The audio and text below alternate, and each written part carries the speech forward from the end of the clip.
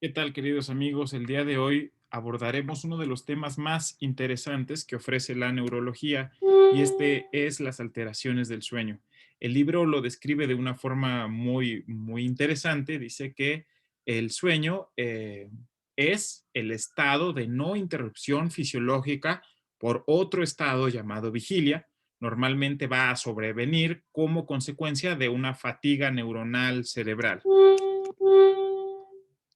Ahora, tenemos que la fatiga y el sueño reparador, eh, como concepto, los vamos a entender como fenómenos que se encuentran en alternancia de forma circular diaria y son procesos regulares o llamados regulares. La vigilia va a estar dada o la vamos a tener como consecuencia del circuito excitatorio de retroalimentación positiva entre la formación reticular pontina y la corteza cerebral frontal. A esto le llamamos circuito de retroalimentación frontopontino. Mientras estamos dormidos, este circuito va a estar inhibido y cuando se activa vamos a despertar.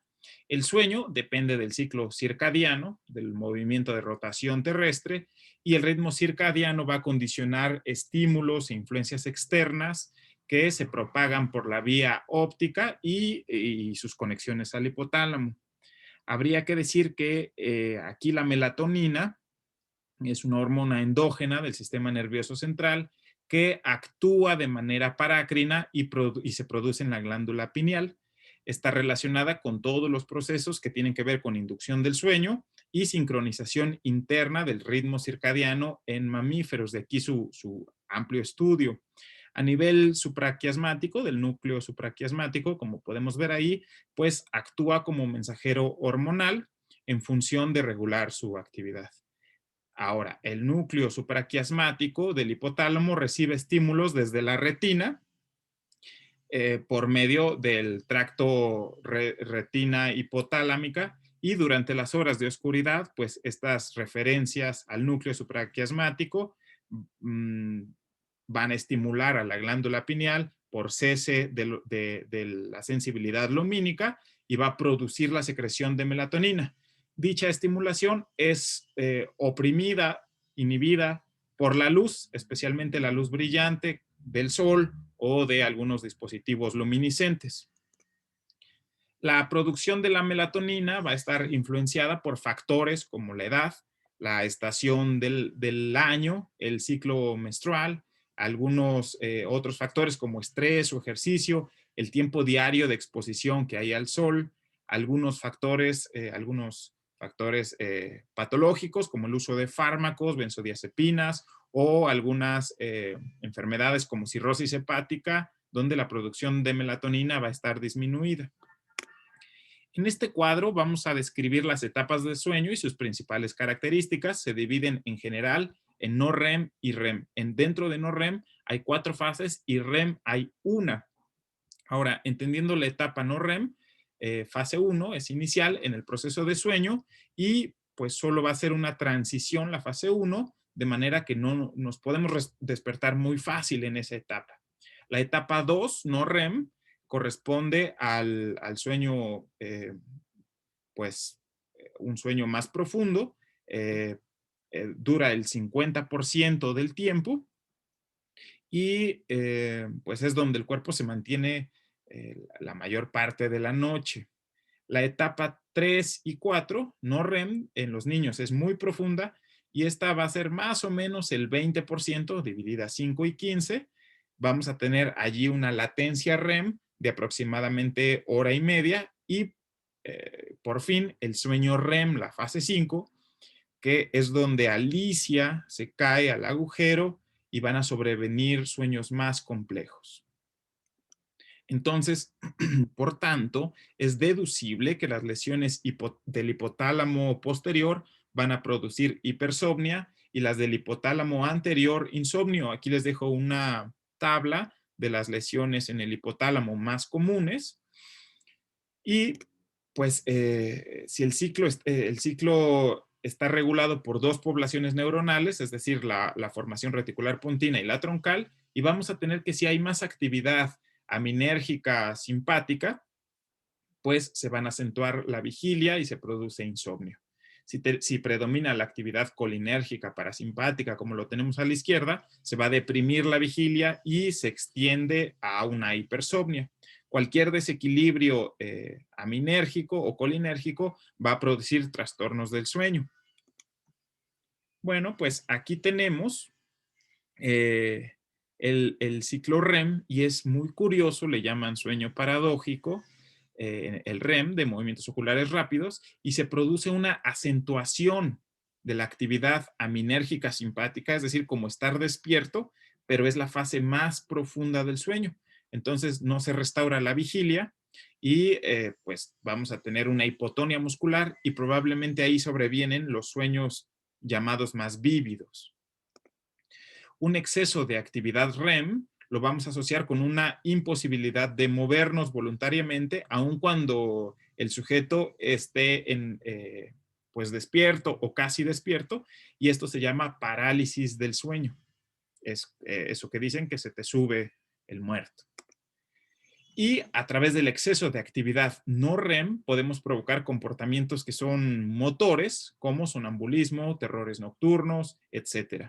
A este grupo de trastornos les vamos a llamar parasomnias. Bien, hablando de eso, se hizo un tipo de clasificación. Existe una clasificación internacional de los trastornos del sueño que numeró pues más o menos 75 trastornos, priorizando la denominación básica de las patologías como cabeza de cada uno de estos grupos.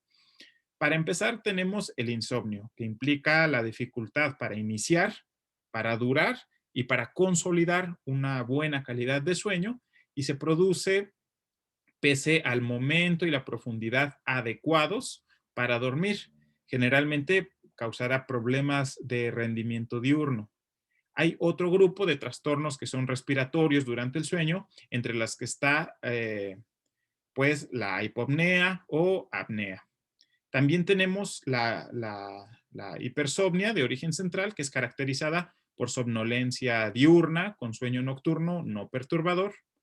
El grupo de las parasomnias, que ya lo habíamos visto, son comportamientos recurrentes, cambios físicos indeseables o experiencias o cambios fisiológicos que ocurren durante el sueño o en relación a él. Es un campo que se sigue estudiando. Los trastornos de movimiento relacionados con el sueño, que incluyen, pueden ser simples o pueden ser estereotipados o debidos a trastornos relacionados con el movimiento monofónico.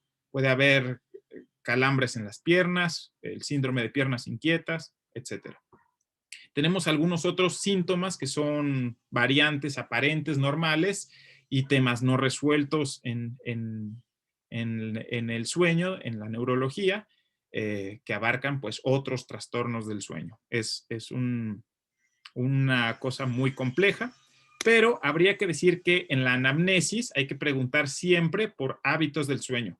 Hay que preguntar cómo son las condiciones donde duerme, con qué otras personas comparte el sueño, hábitos de trabajo, de ejercicio físico, los horarios en los que lo realiza, cambios en los hábitos que hayan sido recientes, tiempo que está en la cama sin dormir o durmiendo, qué come, a qué hora en relación al sueño, incluidas infusiones o bebidas como café o bebidas energéticas antes de dormir, ¿no? Si toma algún medicamento, cuántas veces se despierta durante la noche, si ronca, cómo es la actividad del sueño y la presencia de movimientos durante el sueño, cómo es su estado de humor en general, cuál es el grado de alerta de tareas habituales y si tiene hábitos de siesta. En el examen físico, pues debe ser completo y ante la presencia de ronquidos o apneas, movimientos periódicos en las piernas, pues hay que evaluar los factores de riesgo cardiovascular de impacto en el organismo. El examen físico va a ser general y con eso vamos a deducir cosas del sueño, puesto que no se puede hacer un examen físico del sueño de manera con el método clínico propiamente. O sea, no se puede palpar un sueño. Bueno, aquí vamos a hacer una prueba diagnóstica. Tenemos 3 pacientes y, bueno, vamos a ver. El primer paciente de la izquierda llega a la consulta con dificultad para iniciar el sueño, tarda más de 1 hora y media en dormir, tiene pensamientos que le impiden dormirse, probablemente por ansiedad, se despierta en la noche, siente mucha rigidez en los músculos al despertarse y se despierta más temprano de lo que debería, propio del síndrome depresivo. ¿Cuál es el diagnóstico más probable? Además, les agrego que es el trastorno más común, lo padece 1/3 de la población, es crónico en el 10% de las personas y puede derivar en algunos cuadros de psicosis cuando se agrava y es más frecuente en mujeres. Este es correcto. Este es el insomnio. Ahora, el segundo paciente, el de en medio, consulta porque ronca durante la noche, deja de respirar más de 10 segundos, tiene hipertensión arterial sistémica, tiene aumento, ganancia de peso, tiene sudoración profusa en la noche, palpitaciones nocturnas, cefalea en la mañana, cambios de carácter, tiene impotencia sexual, somnolencia nocturna y trastornos de la concentración. ¿Cuál es el diagnóstico? El diagnóstico es, muy bien, síndrome de apneas del sueño. Finalmente vamos a tener un tercer paciente que consulta, nos refiere parálisis del sueño, algunas veces alucinaciones visuales y auditivas que son estereotipadas, aterradoras. Al inicio del sueño va a tener, estas alucinaciones al inicio, que les vamos a llamar hipnagógicas, y al final hipnopómicas. O puede tener hipersomnia mientras trabaja, hipersomnia diurna, pérdida brusca de pronto del tono postural con factores desencadenantes como un susto, un coraje, una sorpresa, lo que le llamamos cataplegia. ¿Cuál es el diagnóstico? Narcolepsia, muy bien. Aquí vienen otros 3 diagnósticos.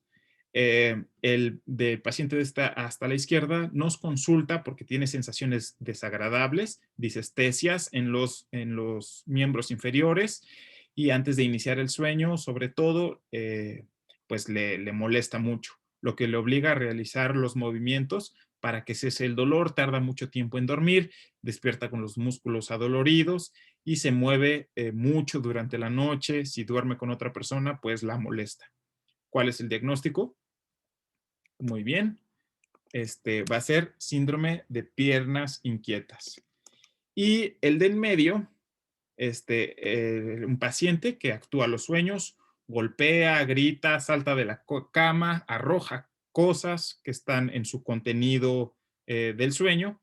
Se debe de pensar en un trastorno pues, que tiene una conducta del sueño REM y se observa muy frecuente en adultos mayores, se asocia a degeneración del sistema nervioso central. Va a ser, correcto, una parasomnia, o sea, es sonámbulo. Finalmente, tenemos un paciente que se le altera el sueño por trasnochar, tiene una alteración del ritmo circadiano y es muy común entre jóvenes. También voló y atravesó en avión muchos usos horarios, lo que se le llama jet lag. ¿Cuál es el diagnóstico? Muy bien, es retraso o adelanto de la fase onírica. Finalmente, les quería hablar de la polisomnografía, que es un estudio del sueño, que es un procedimiento que se puede hacer con oxímetro o sin él. Incluye también un electroencefalograma, un oculograma y un electromiograma submentoniano. Y en este podemos ver todas las variables al mismo tiempo que, con esto vamos deduciendo las fases del sueño y podemos ver en qué fase del sueño está y qué expresiones clínicas tiene su cuerpo. Y bueno, esto es todo. Muchas gracias.